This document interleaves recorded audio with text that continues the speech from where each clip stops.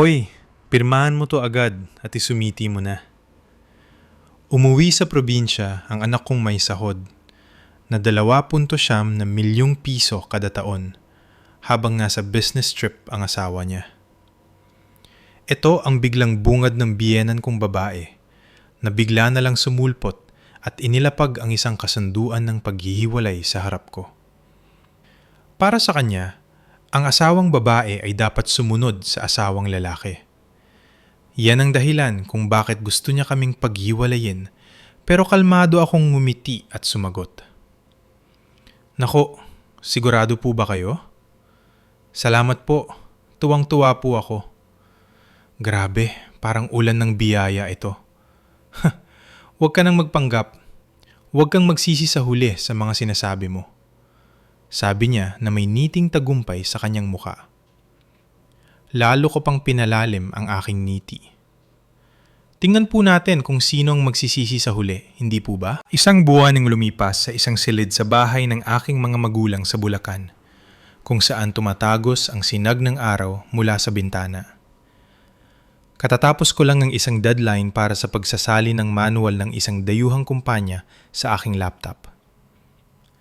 Hay, sigurado nga ang malaking bahagi ng kita ko para sa buwang ito, naisip ko. Napabuntong hininga ako at sumandal ng malalim sa upuan. Inikot ang aking leeg para maibsan ang pagod. Mula nang umalis ako sa trabaho ko sa munisipyo, ganito na ang aking araw-araw. Tumatanggap ng mga proyekto mula sa iba't ibang kliyente. Kahit hindi ito stable, may kaligayahan sa pagtatrabaho sa sarili kong bilis. Ang katahimikan ay binasag ng sunod-sunod at malakas na pagpindot sa doorbell.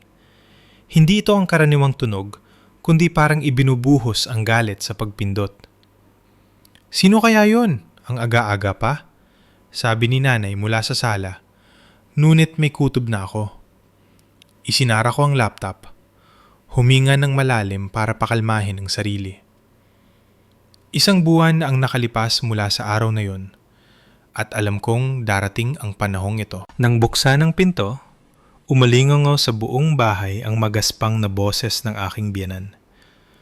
Nasaan siya? Nasaan yung babaeng yun? Lumabas ka ngayon din. Na yun natin lilinawin ang lahat. Paglabas ko ng kwarto, nakita ko ang biyenan kong pilit na pumapasok sa bahay nang hindi man lang nag-aalis ng sapatos. Ang aking ina na mas maliit ay pilit siyang pinipigilan. Para silang naglalaro ng munting tug-of-war sa may pintuan. Huwag kang makialam. May kailangan akong sabihin kay Elena. Alam mo ba kung anong ginawa ng anak mo? Nay, ano pong problema? Bakit po kayo nagsisigaw dito ng ganito kaaga? Kalmado kong tanong. Nang makita ako ng biyenan ko, nanlisik ang kanyang mga mata na parang isang hayop na nakakita ng biktima. Nanlaki ang kanyang mga mata at namula ang pisingi sa galit. Ang kapal ng mukha mong maging kalmado. Alam mo ba kung anong nangyayari sa buhay namin? Malapit nang maputulan ang kuryente sa Meralco. Hindi paid ang tubig sa Maynilad. Pati gasul, hindi namin mabayaran. Tumawag na rin ang may-ari ng apartment. 2 buwan na raw kaming hindi nagbabayad ng upa. Lahat ng ito ay kasalanan mo. Ha? Anong nangyayari? Ipaliwanag mo. Nanginginig ang boses ng biyenan ko at nangingilid ang luha sa kanyang mga mata. Napasandal sa takot ang aking ina sa pader. Teka muna po, magalis po muna kayo ng sapatos kung gusto ninyong mag-usap ng maayos. Manahimik ka! Sinira ng anak mo ang pamilya namin. Si Ricardo, wala nang ganang mabuhay. Palaging tulala. Hindi na pumapasok sa trabaho. Hindi na rin lumalabas ng bahay. Naging ganyan siya mula nang umalis ka, Elena. Nanay, okay lang po ba kayo? Ako na pong bahala. Pwede po bang magtimpla muna kayo ng tsaa? Tumanggo ako ng bahagya sa aking ina at hinimok ang biyenan ko na pumunta sa sala. Kahit na may pag-aalala sa muka, tahimik na umalis si nanay. Sa sala, magkaharap kaming nakaupo ng biyenan ko sa mesa. Ang tensyon sa pagitan namin ay halos nagyelo. May 2 tasa ng tsaa na inihanda ni nanay at ang singaw nito ay tuwid na umaakyat na tila sumasalamin sa bigat ng sitwasyon. Ipaliwanag mo, bakit huminto ang lahat ng bayarin nung nawala ka? Ang boses niya ay puno ng paninisi, pagkalito at pagkabalisa. Halata ang kanyang pagtataka sa pagbabago ng kanyang anak. Huminga ako ng malalim at kinuha ang isang folder ng mga dokumento na nasa tabi ko. Matagal ko na itong inihanda. Inay, sasabihin ko po ang totoo. Sa katunayan, ako po ang nagbabayad ng lahat. Ang mga gastusin sa bahay, utilities, pati na ang upa. Si Ricardo po ay walang ni isang sentimong inilalabas dahil wala po siyang trabaho. Mahigit 1 taon na po siyang walang trabaho. Anong kalokohan yan? Si Ricardo ang nagbabayad ng lahat. Sinasabi niya sa akin na buwan-buwan siyang nag-aabot ng sahod. Ikaw ang petiks-petiks lang sa bahay, di ba? Hindi ka man nang nag-aasikaso ng bahay, puro ka lang kalikot sa computer. Ang kapal ng mukha mong magsinungaling pagkatapos mong pakinabangan ng bahay namin. Mahiya ka naman. Hindi po ito kasinungalingan. Meron po akong ebidensya. Inilabas ko ang mga kopya ng aking passbook at mga resibo ng bayarin. Ang mga dokumento na maayos na naka-clear folder ay naglalaman ng patunay ng mga bayarin sa nakalipas na 6 na buwan. Bawat isa ay may sticky note na nagsasabi kung para saan ang bayad. Pakitingnan po ninyo ito. Ito po ang transaction history ko sa nakalipas na 6 na buwan. Lahat po ng bayad ay mula sa account ko. Una, ito ang resibo ng buwanang upa na 30,000 piso. Ibinabayad ko po ito sa may-ari tuwing ika-4 ng buwan. Sunod, ang bayad sa Meralco. Humigit kumulang 4,000 piso kada buwan. Ang bayad sa gasul, umaabot ng halos 1,500 piso. Ang tubig mula sa Maynilad, binabayaran kada 2 buwan, mga 3,500 piso. Pati na rin ang internet, cellphone plan at mga pagkain mula sa delivery service. Lahat ay galing sa account ko. Kinuha ng binan ko ang mga dokumento at tinitigan nito ng masama. Habang binubuklat niya ang mga pahina, halata sa mukha niya na ayaw niyang maniwala. Madali lang pekein ang mga to. Siguradong si Ricardo ang nababayad ng lahat. Ang annual income ng anak ko ay 2.7 milyong piso. Manager siya sa isang malaking trading corporation sa Makati. Ang kinikita mo, kakarampot lang yan, pang-extra lang. Kahit po work from home, desente ang trabaho ko. Nagtatrabaho ako bilang translator at data entry specialist. Sa dami ng trabaho ko, kumikita ako ng halos 150,000 piso kada buwan. Ito po ang mga kopya ng aking mga kontrata. At ito naman ang mga patunay ng mga pumapasok na bayad sa account ko. Lahat ay dokumentado. Sunod-sunod kong inilabas ang mga papeles. Ilang buwan ko na itong pinaghandaan dahil alam kong darating ang araw na ito. Hindi ako naniniwala.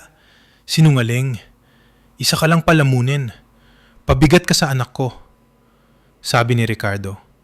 Wala ka raw ginawa kundi magtrabaho para sa sarili mo ni hindi mo man lang siya maasikaso. Siya raw ang bumubuhay sa'yo pero wala kang utang na loob. Araw-araw siyang nagtatrabaho hanggang gabi, pati weekend pumapasok. Tapos para lang sa isang babaeng tulad mo. Hindi ko to matatanggap.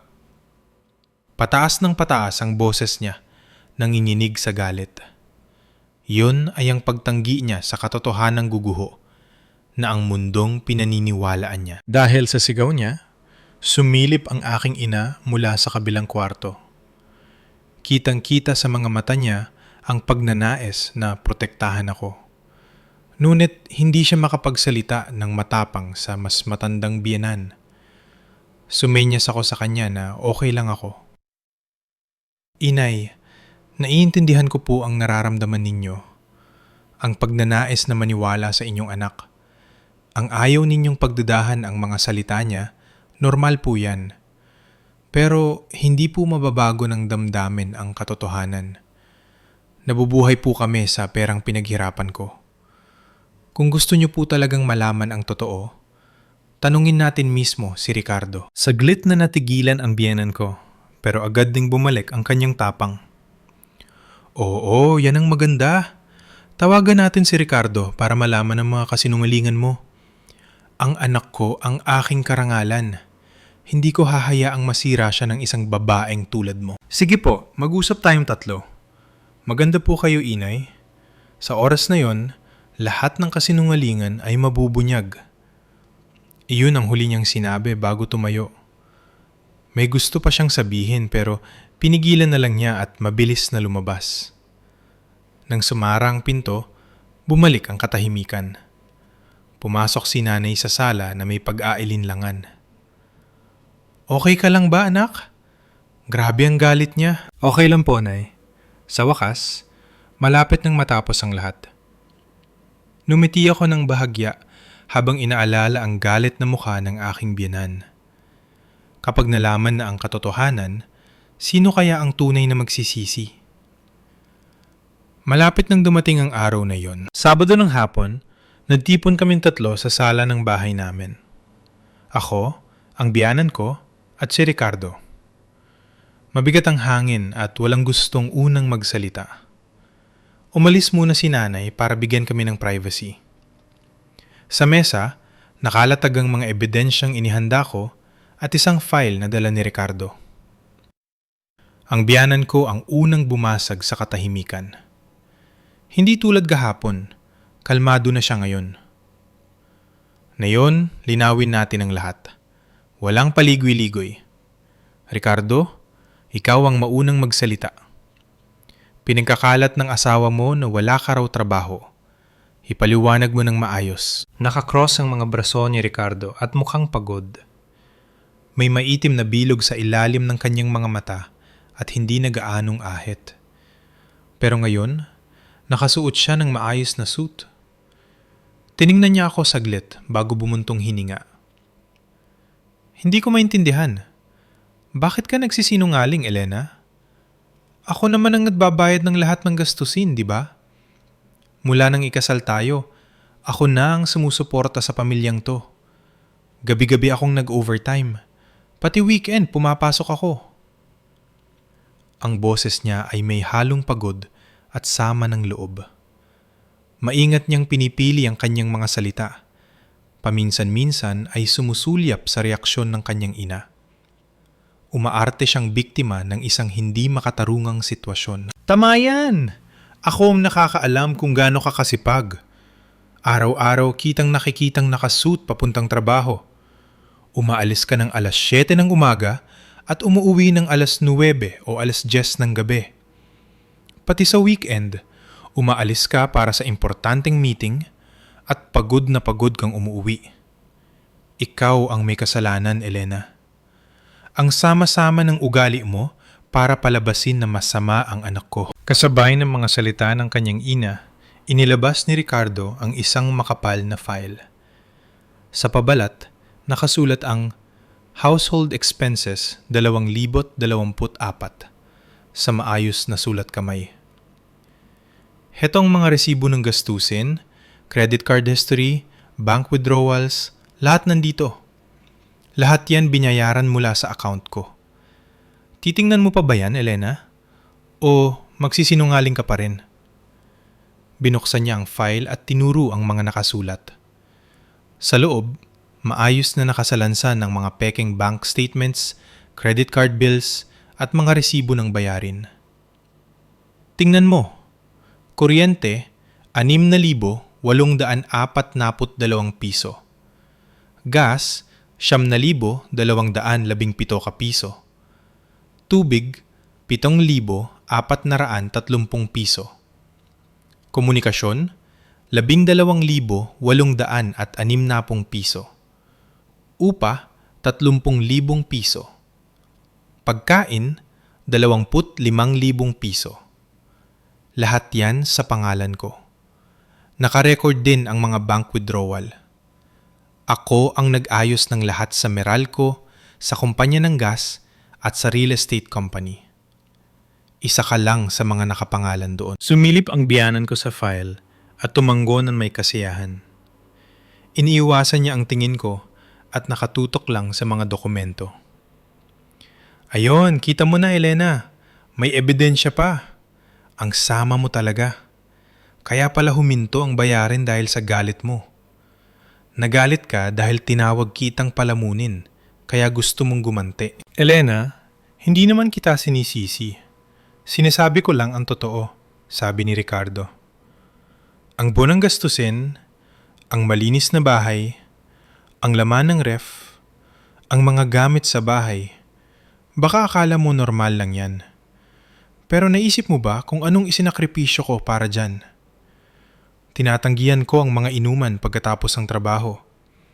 Binabawasan ko ang pakikisama sa mga kaibigan. Lahat para sa pamilya. Kahit sa maliit na apartment na yun, ginawa ko ang lahat para maging komportable ka. Pagpapaayos ng aircon, pag-aayos sa bintana, paglalagay ng soundproofing. Ako ang nag-asikaso ng lahat. Puno ng mga detalye ang mga salita ni Ricardo. Sinusubukan niyang maging kapanipaniwala sa pamamagitan ng mga konkretong halimbawa. Tumango-tango naman ang kanyang ina na tila may luha pa sa kanyang mga mata. Nagpatuloy si Ricardo. Kaya sana isipin mo kung gaano ka-insulto para sa akin ang salitang walang trabaho.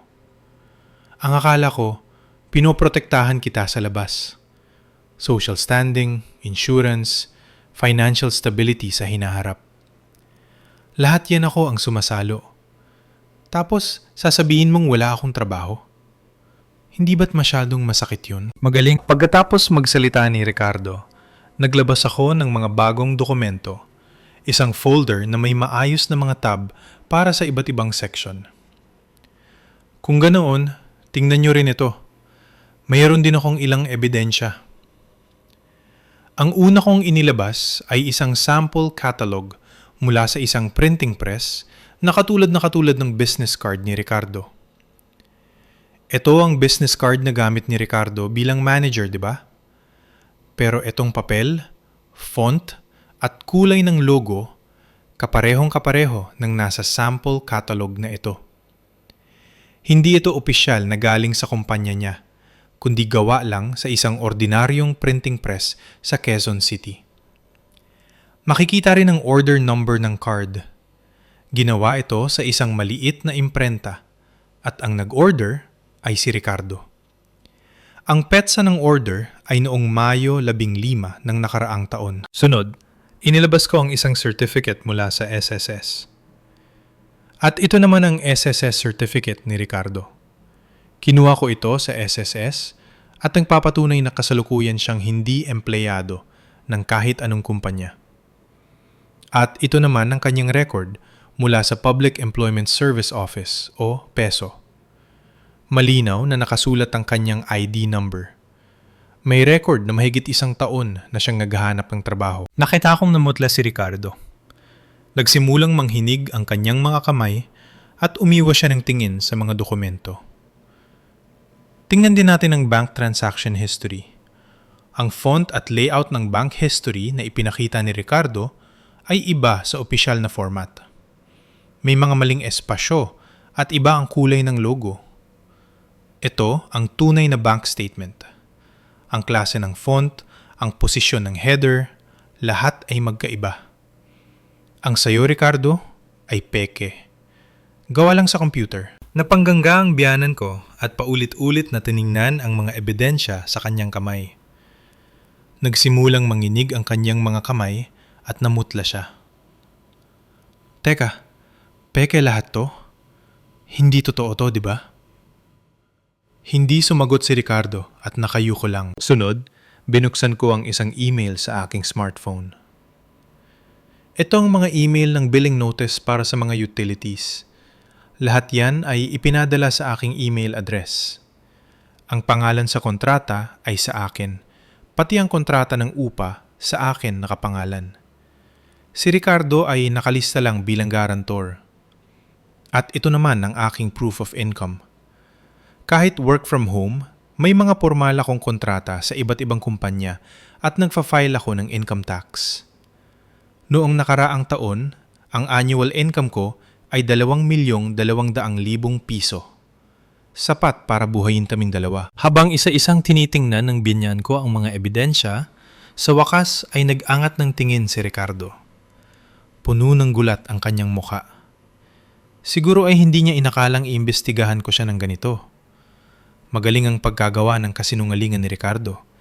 Pero dahil sa trabaho ko bilang translator, naging sensitibo ako sa mga detalye ng dokumento, sa pagkakaiba ng font, at sa mga maliliit na pagkakamali sa layout. Sanay akong maghanap ng pagkakaiba sa kahulugan sa pagitan ng Ingles at Filipino, kaya natural na sa akin na makita ang pagkakaiba ng peke at totoo, lalo na sa mga legal na dokumento at opisyal na record. Nang makaramdam ako na may mali, sinimulan ko ng mag-imbestiga. Nung una, kutob lang. Pero habang tumatagal, naging kumpirmado. Nakita ko ang mga file para sa paggawa ng mga pekeng dokumento sa history ng computer niya. Narinig ko siyang gumagawa nito ng patago sa gabi. Ang mga biglaang pagsasara ng browser.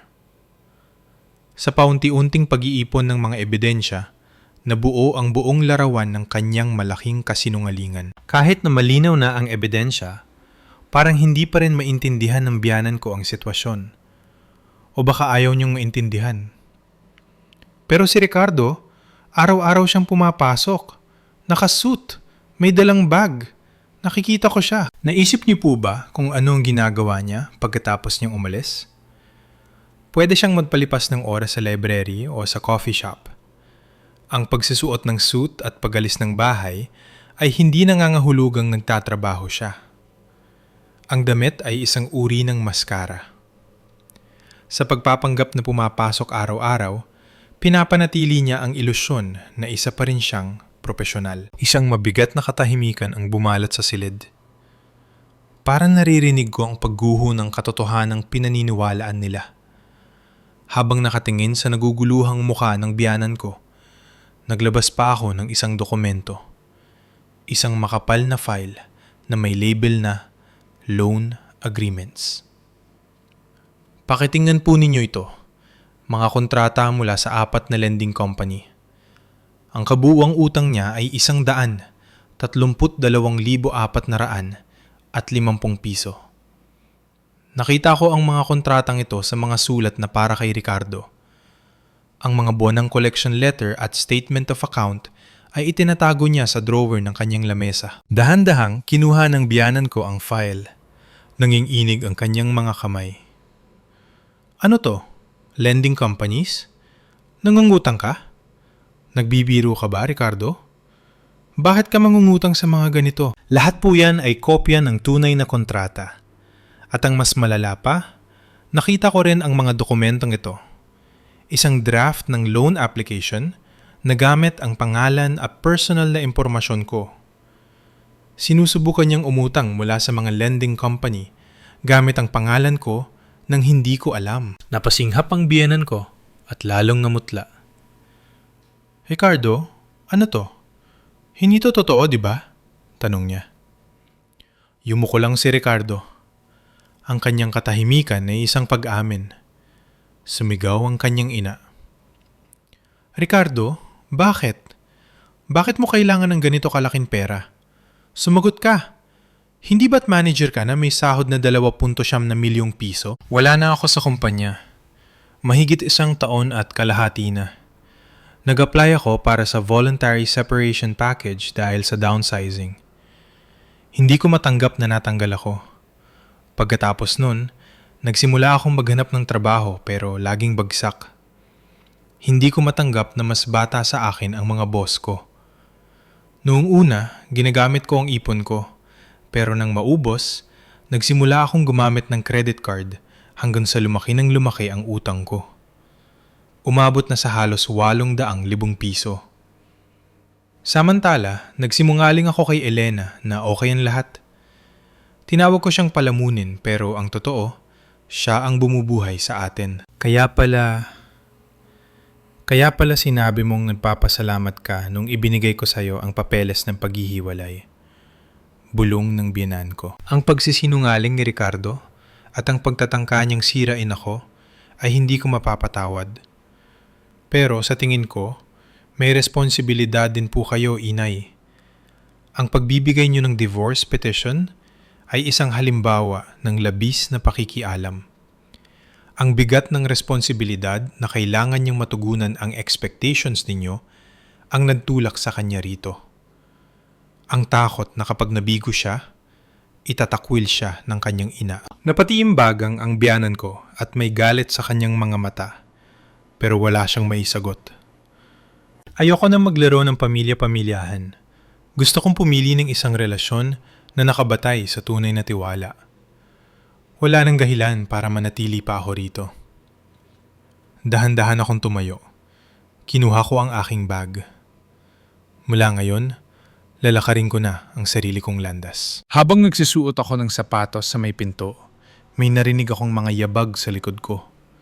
Si Ricardo. Namumula ang kanyang mga mata.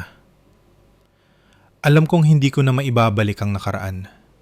Pero mula ngayon, mamumuhay ako ng tapat. Haharapin ko ang realidad gaano man kahirap. Patawad sa lahat. Salamat, Ricardo. Magkahiwalay na tayo ng landas. Sana ito rin ay maging isang bagong simula para sa'yo. Pagkasabi niyon, umalis ako.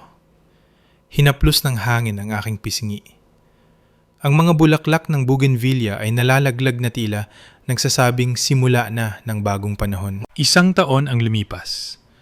Ako na ngayon ang namamahala sa kumpanya ng aking ama bilang bagong presidente matapos ang maraming pagsubok. Isang hapon, nakita ko si Ricardo sa labas ng isang construction site. Payat at maitim sa ilalim ng araw, pero mukhang panatag habang nagtatrabaho bilang laborer. Wala akong naramdamang galit o awa. Ang nakaraan ay nakaraan na. Ma'am President, heto na po ang mga dokumento para sa bagong proyekto, sabi ng aking assistant. Salamat. Tingnan natin. Inalis ko ang tingin sa bintana at hinarap ang aking trabaho. Ang buhay ko ay matagal nang umuusad pasulong.